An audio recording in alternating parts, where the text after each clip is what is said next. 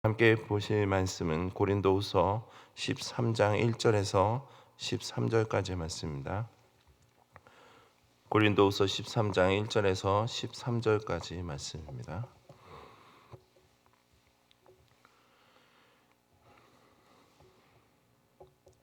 한 절씩 교독하고 마지막 13절은 함께 합독하도록 하겠습니다. 내가 이제 세 번째 너희에게 가리니 두세 증인의 입으로 말마다 확증하리라.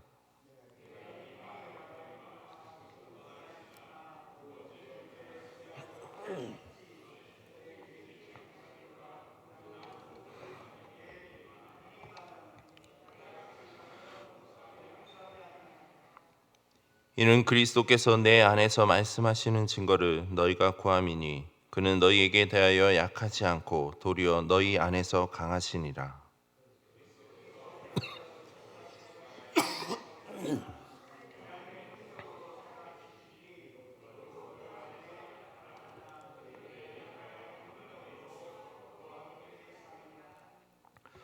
너희는 믿음 안에 있는가? 너희 자신을 시험하고 너희 자신을 확증하라. 예수 그리스도께서 너희 안에 계신 줄을 너희가 스스로 알지 못하느냐? 그렇지 않으면 너희는 버림받은 자니라.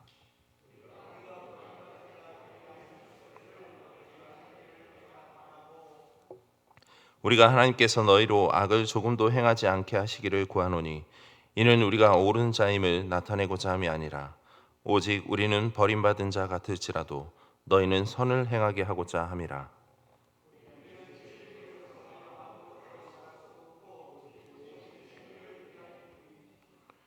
우리가 약할 때 너희가 강한 것을 기뻐하고 또 이것을 위하여 구하오니 곧 너희가 온전하게 되는 것이라.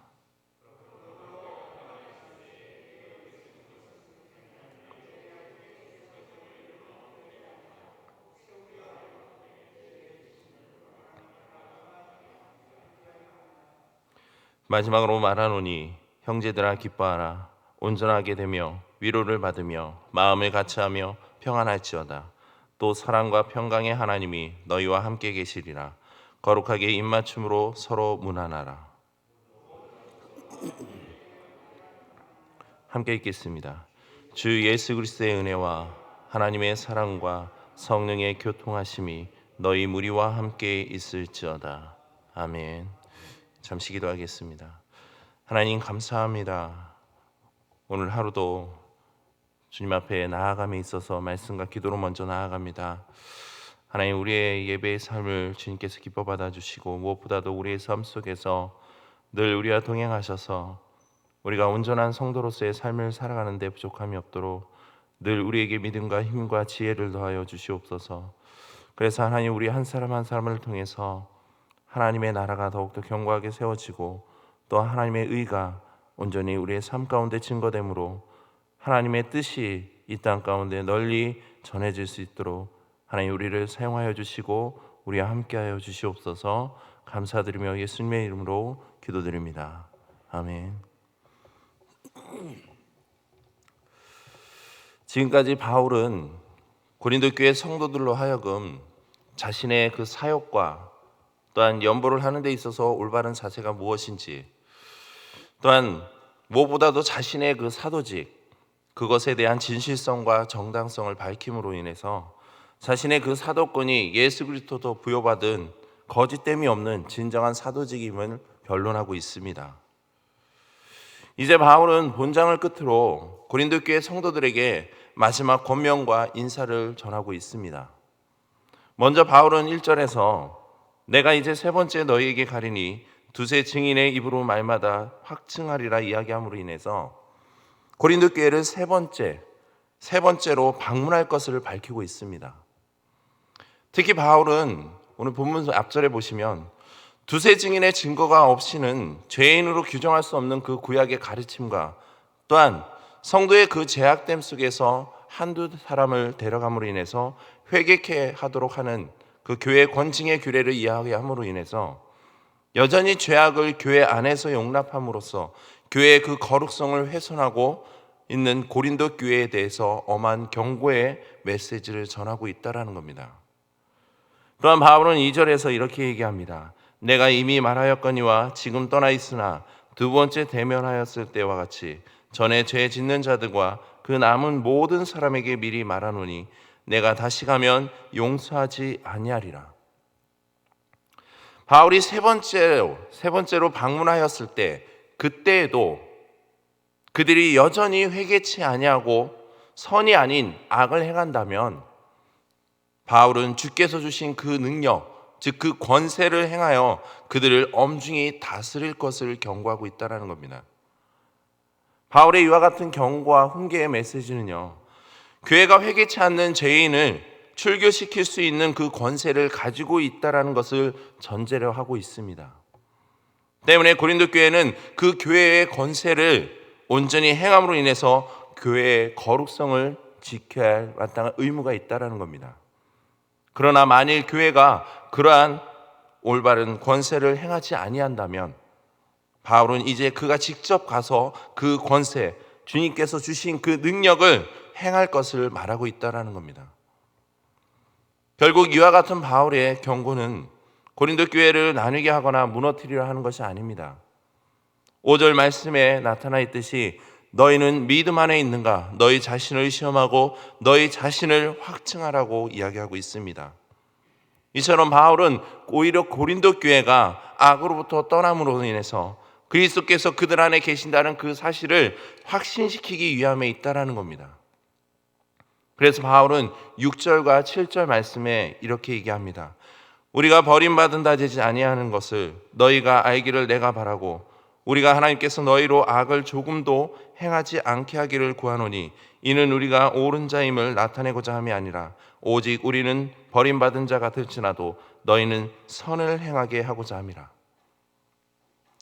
자신이 직접 가서 주님께서 주신 그 능력, 권세를 가지고 그들을 심판하기 전에 그들이 본 서신을 통해서 바울의 그 간절한 호소를 듣고 또한 고침받고 깨달아 선을 행하게 하도록 하기 위해서 바울은 본 서신을 먼저 고린도 교회에 보내고 있다는 겁니다. 무엇보다 주님께서 바울에게 주신 그 권세는요, 성도들과 교회를 나누게 함에 있는 것이 아닙니다. 오히려 교회와 성도들을 세우는 데 그 목적이 있다라는 겁니다.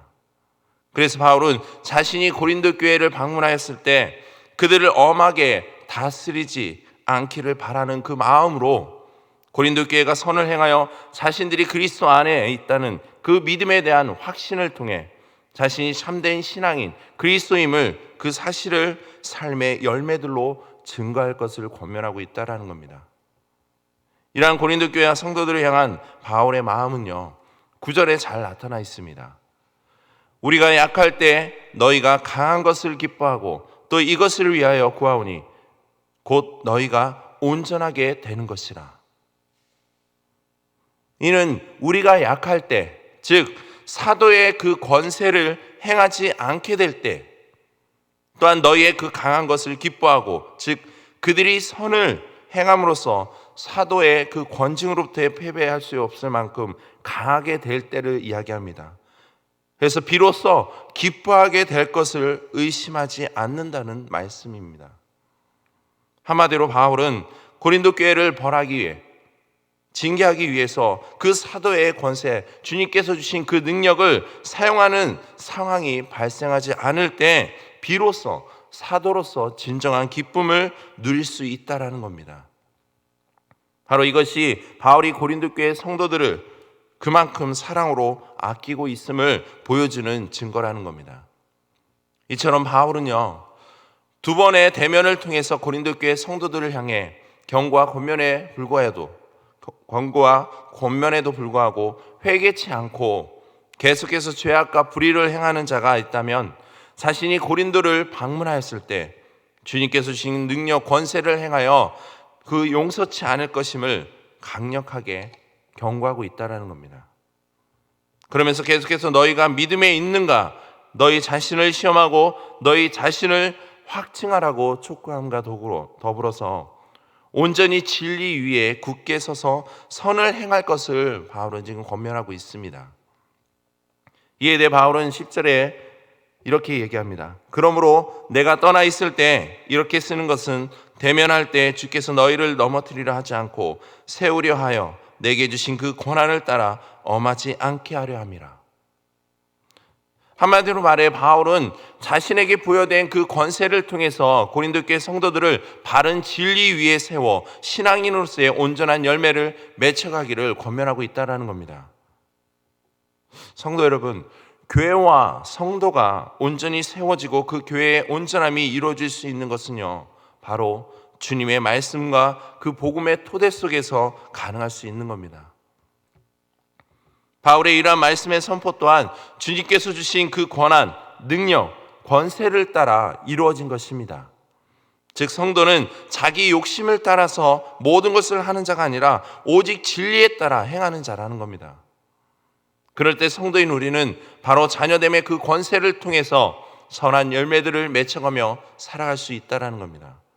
그리고 그 열매들로 인해서 우리가 하나님의 자녀임을 입증해주는 결과를 낳게 된다는 겁니다. 세상의 헛된 가치와 지혜를 쫓아 살아가는 그 삶이 아니라 오직 진리를 거스르지 않고 굳건한 진리의 터 위에 바른 신앙의 가치를 세워 하나님의 그 자녀됨의 권세를 누리며 주님의 뜻을 이뤄가며 형통한 삶을 살아가는 것이 바로 저와 여러분들의 합당한 바람직한 온전한 삶이라는 것입니다. 그렇기 때문에 우리는 더욱더 온전한 삶을 살기 위해서 성도로서의 그 삶을 살기 위해서 더욱더 부단히 힘쓰고 애써야 할 것입니다.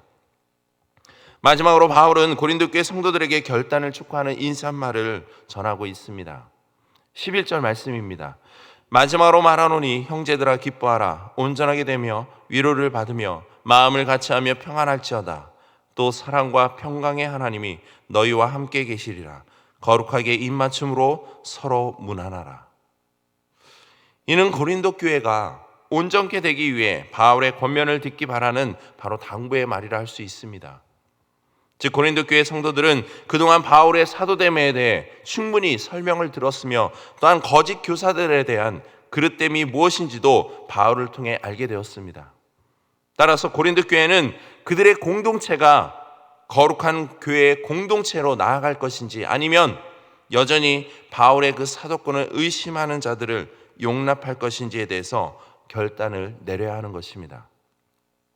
무엇보다 바울은 그리스도의 몸을 이루는 지체인 형제들에게 자신의 그 권면을 듣고 마음을 같이하고 평안하게 살며 거룩하게 입맞춤으로 서로 문안할 것을 권하고 있습니다. 그러나 이러한 모습들은 바로 바울의 권면에 고린도 교회가 어떻게 반응할지, 즉 이 시대를 살아가는 성도들이 진리의 말씀 앞에 어떻게 반응할지에 따라서 나타나는 열매들이라는 것입니다. 성도 여러분, 오늘 본문 9절과 10절에 나타난 성도로서 온전케 된다는 것이 과연 무엇인지를 우리는 다시 깊이 묵상해 봐야 될 것입니다. 바울이 오늘 본문을 통해서 나타내고 있듯이 주님께서 주신 그 능력, 그 권세를 통해서 교회와 성도들을 진리 안에서 바로 세워 그리스도의 분량까지 자라게 하는 것이 바로 성도로서의 온전한 삶의 모습이라는 걸 할 수 있습니다.